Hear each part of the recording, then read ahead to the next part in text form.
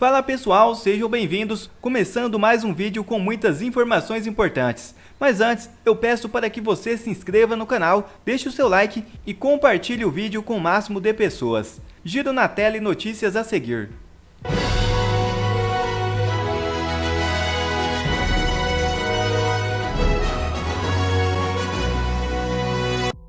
Feriado de 15 de novembro é marcado por manifestações contra o governo Lula. Veja o vídeo. Bom, e neste 15 de novembro, grupos foram às ruas em cidades como Brasília, Rio de Janeiro, São Paulo e Belo Horizonte para protestar contra o governo de Lula no feriado de 15 de novembro.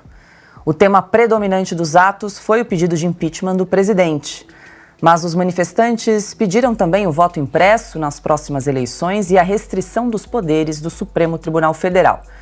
Em São Paulo, os manifestantes se reuniram na Avenida Paulista. Augusto, falamos aqui no programa tantas vezes da importância das pessoas voltarem às ruas para se manifestar, para denunciar os abusos e para reivindicar os seus direitos. E hoje, então, foi dia de manifestação. Olha, se fossem 10 pessoas, 20 pessoas, já haveria motivo para que eu me sentisse animado.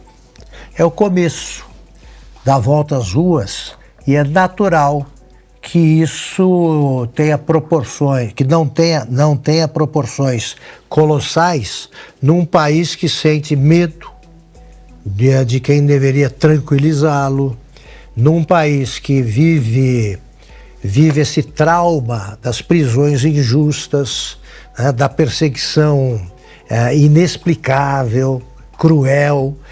Então deve ser saudado o começo da volta às ruas.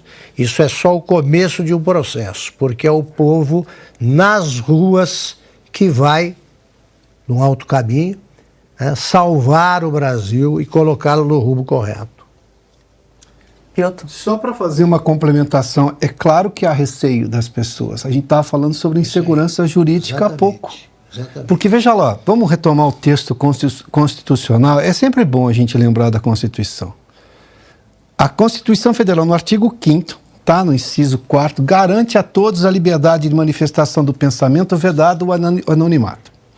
Vamos lá. Alguém se sente seguro, embora isso seja um texto constitucional, levando-se em conta tudo o que aconteceu recentemente neste país?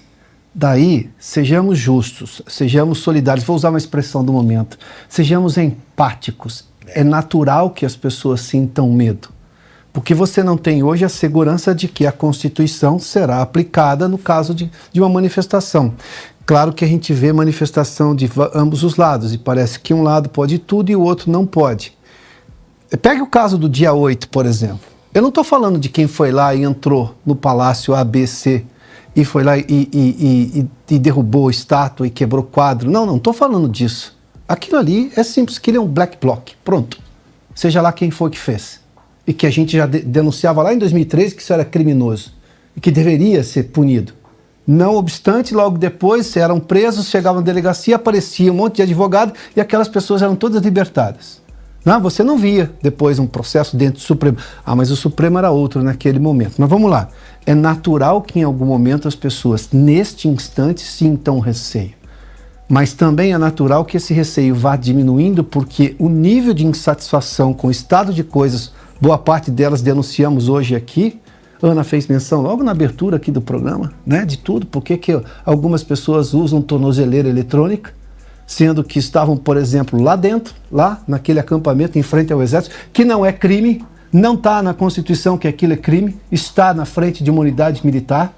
E outra, a gente está denunciando isso há tempos também, que não houve individualização de conduta, que é um princípio também para se instaurar um processo. A gente viu advogados, ontem fizemos um advogado aqui numa entrevista, ele disse, poxa, eu não tive acesso aos autos para fazer ali dentro do Supremo a defesa do cliente dele, o que também é um princípio justo, determinado dentro do devido processo legal. Então, imagina só, se as pessoas veem um advogado que tem, obviamente, boa informação, não tem acesso ao mínimo que ele precisa para defender o cliente dele, é natural que as pessoas se sintam amedrontadas, lamentavelmente. Agora, há um crescimento nessa insatisfação que sim vai fazer com que as pessoas voltem às ruas. e espero que haja segurança jurídica. Só a Constituição, não queremos nada além do que a Constituição. Pois é, Ana, acompanhamos hoje o retorno, então, do povo às ruas, pessoal aqui no chat se manifestando, dizendo que é só o começo. É só o começo. Como é que você vê a organização aí das próximas manifestações, a importância das pessoas nas ruas para se manifestar, né, para denunciar abuso e para exigir do legislativo, do executivo, enfim, os seus direitos e o cumprimento da lei também, da Constituição? Olha, Paula, esse lado foi já muito bem coberto pelo Augusto e pelo Piotto. Eu vou por um outro lado que eu acho que faz parte também da vida do brasileiro, que é o lado da espiritualidade. O brasileiro tem na sua genética, né, a resiliência, a aura de não desistir. Pode ficar, né, um pouco mais acuado, como estamos já há algum tempo, exatamente por causa da insegurança jurídica que estávamos falando, mas diante de um mundo tão estranho, né, no Brasil, fora do Brasil, o Ministério da Verdade no Brasil, aqui nos Estados Unidos, né, o que pode ser feito, o que pode ser debatido, o que pode ser falado, para onde nós olhamos, né, e agora, o que a gente faz, por onde a gente começa ou recomeça. E eu acho que hoje significou uma ponte para um personagem muito querido do povo brasileiro, que eu sempre trago nos meus artigos, e aqui eu acho que é pertinente trazer no dia de hoje, que é a figura do Papa João Paulo II, que lá atrás, né, no seu primeiro discurso como Papa, em 22 de outubro de 78, ele disse: não tenham medo. E eu acho que hoje a volta do público às manifestações nas ruas, eu acho que mostra exatamente essa conexão. Tá difícil, tá? Existe a insegurança jurídica? Sim. Existe injustiça? Sim. Existe um desgoverno em absoluto curso, né, com as rédeas nas mãos? Sim. Mas nós não vamos ter medo, né? E eu acho que se colocarmos numa perspectiva até maior, o que o próprio João Paulo II passou na sua adolescência, no início da sua vida adulta, a perseguição pelos nazistas, né, durante a Segunda Guerra Mundial, depois pelos comunistas, eu acho que ele vem como uma inspiração. E hoje, por mais que, né, não falemos o nome dele todos os dias, há essa conexão. O Papa, que tinha um amor muito, muito grande pelo Brasil, muito grande pelo Brasil. Acho que hoje o brasileiro, dá para a gente entender também porque ele tinha tanto carinho pelo brasileiro, porque o brasileiro, hoje, mais uma vez, ele demonstrou, não vamos ter medo. Né? Então, eu acho que é o reinício de uma longa caminhada para colocar o Brasil nos eixos. E não ter medo é o primeiro passo. E hoje o brasileiro mostrou isso. Silvio, também quero te ouvir aí o que representa essa volta do povo às ruas, ainda que de maneira um pouco tímida, né, em algumas cidades. É natural que fosse assim, né, Paula? Eu concordo com o Augusto, a importância desse recomeço.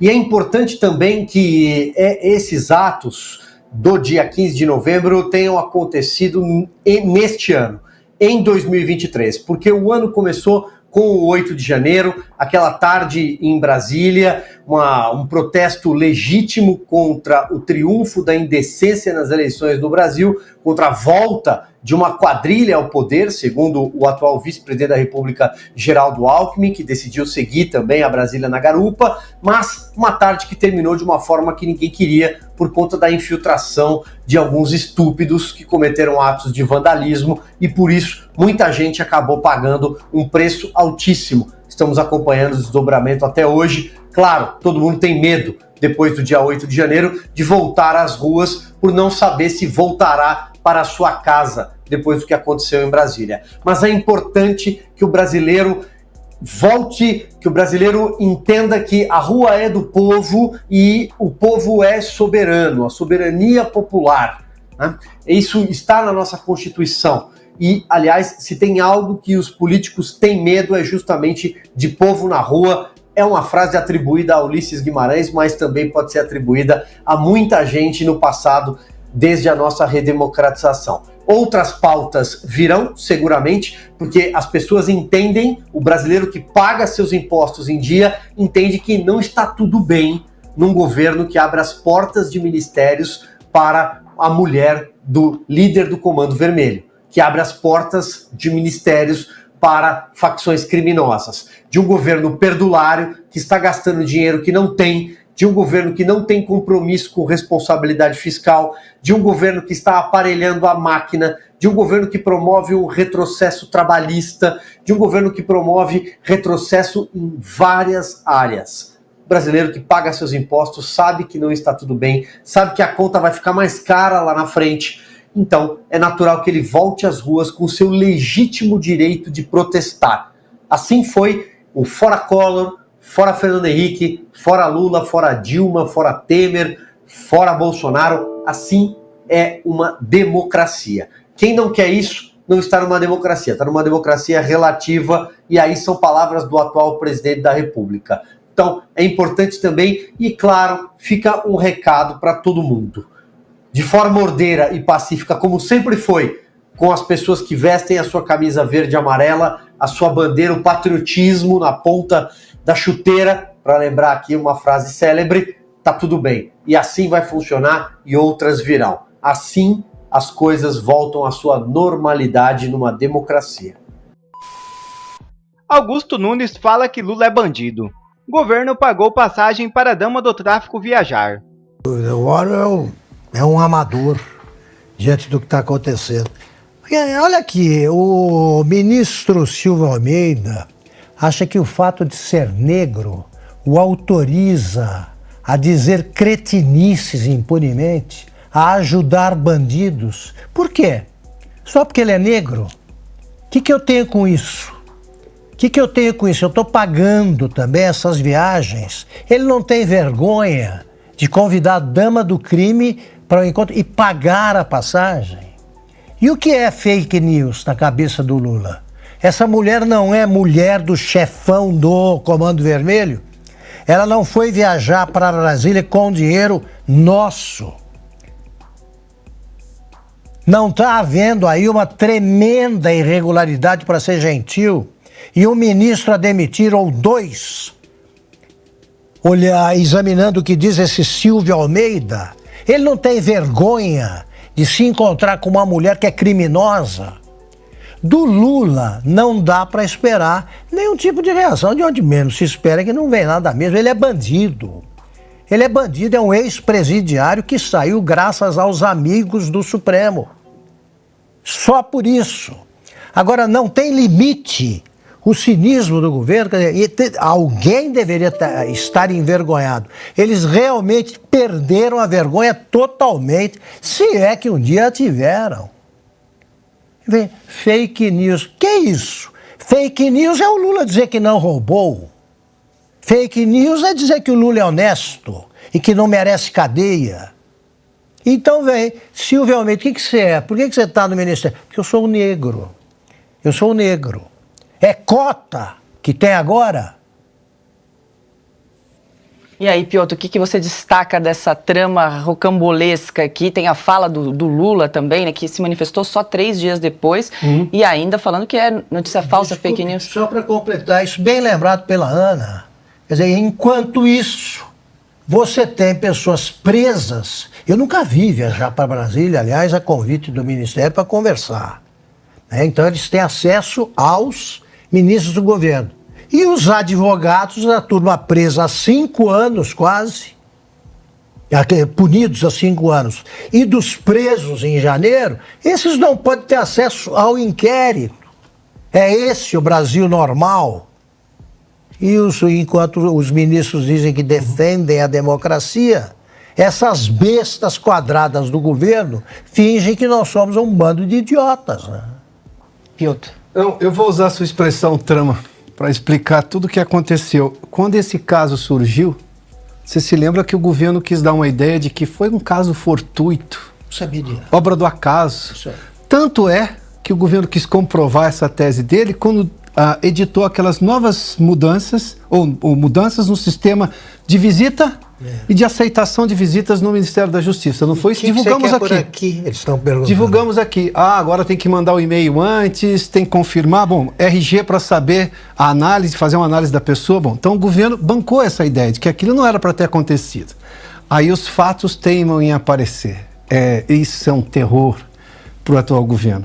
Vamos lá. Aí não aconteceu. O que aconteceu? Apareceu o depoimento da própria dama do tráfico amazonense lá, em que disse, não, as passagens foram compradas pelo Ministério dos Direitos Humanos. Muito bem. O que aconteceu depois? A gente descobriu que sim, o que ela tinha pedido lá, ou do grupo que ela faz parte, as demandas estavam em andamento. Quer dizer, o governo, primeiramente, foi pego de calças curtas, para usar uma expressão dos anos 80. E estão encurtando cada vez mais, porque o governo negou o fato inicialmente, foi um absurdo, como pode? Essa pessoa jamais entraria no Ministério da Justiça. Bom, depois percebeu-se que tudo avançou. E agora o presidente disse que não, que é um absurdo, que o Flávio Dino não esteve com ela. Tá, mas a questão nem é essa, se o Flávio Dino encontrou-se ou não com o ministro da Justiça, com essa senhora. Ela teve acesso a tudo isso, as demandas estão avançando, ela é uma condenada em segunda instância, ela teve acesso ao Ministério dos Direitos Humanos, teve passagem comprada, tudo isso que o governo negava antes. Quer dizer, qual é a história real do governo? Que foi um caso fortuito e que vamos tomar medidas de segurança para evitar que isso ocorra novamente, ou não? Vamos bancar a história, o governo, obviamente, e aí a gente vai tentar explicar o inexplicável ao cidadão desse país, ao pagador de impostos. Aí o ministro dos Direitos Humanos vai lá e diz o seguinte, a frase dele é pesadíssima, ele faz uma defesa muito grande, inclusive do ministro Dino, mas ele diz o seguinte, abre aspas, os próceres do fascismo à brasileira. Eu queria entender o que é fascismo à brasileira, mas vamos lá, está entre aspas, eu não posso mexer na frase. Não tem compromisso com a verdade nem com o Brasil. Bom, qual é a verdade neste caso? Ela foi convidada ou não foi convidada? Porque a versão do governo foi se alterando ao longo dos dias. Não tem compromisso com o combate ao crime organizado. Espera um pouquinho. Ela é esposa, aliás, condenada, condenada por tráfico de influência em segunda instância, esposa de um sujeito que comanda o crime organizado lá no estado do Amazonas. É crime organizado, Comando Vermelho. Vamos lá. E essas pessoas, segundo o ministro dos Direitos Humanos, se valem de distorções para difamar, caluniar e destruir as conquistas do povo brasileiro. Eu vou dizer quais são as conquistas do povo brasileiro que estão sendo destruídas agora. No ano passado, segundo o Anuário do Fórum Brasileiro de Segurança Pública, 2022 foi o ano com a menor taxa de homicídios em 10 anos. Isso era uma conquista. Você pode dizer que foi do governo passado, se você não quiser, é do povo brasileiro, continua sendo do povo brasileiro. Neste ano, segundo uma pesquisa do Datafolha, 17% das pessoas dizem que a maior preocupação delas é com a segurança pública. Sabe qual era o percentual em 2022, ano passado? 6%, 17 para 6. Quem é que está acabando com as conquistas do povo brasileiro? E outra notícia na tela. Polícia Federal pressiona governo por reestruturação da carreira e leva manifestações em todo o Brasil. É isso mesmo. A Polícia Federal intensifica a pressão sobre o governo Lula em busca de uma reestruturação da carreira, em manifestações programadas em todas as unidades da corporação na quinta-feira. Algumas atividades ficarão suspensas como parte desse movimento. Em Brasília, a mobilização terá início na sede da Polícia Federal, seguindo até o Ministério da Justiça e Segurança Pública na esplanada dos ministérios. Urgente. Jornalista do Intercept Brasil é condenada à prisão. O exercício da liberdade de expressão não pode ultrapassar o direito à honra da vítima em razão das divulgações de notícias falsas ou fora do contexto da realidade. Com esse entendimento, a Quinta Vara Criminal de Florianópolis condenou a jornalista Shirley Alves ao total de 1 ano de prisão em regime aberto e pagamento de 400 mil em indenização devido ao conteúdo de reportagem do site Intercept Brasil sobre o julgamento de uma acusação de estupro contra a influencer Mariana Ferrer. Shirley era alvo de 2 queixa-crimes, uma do juiz Hudson Marcos e outra do promotor Tiago Carriço, que atuaram no caso.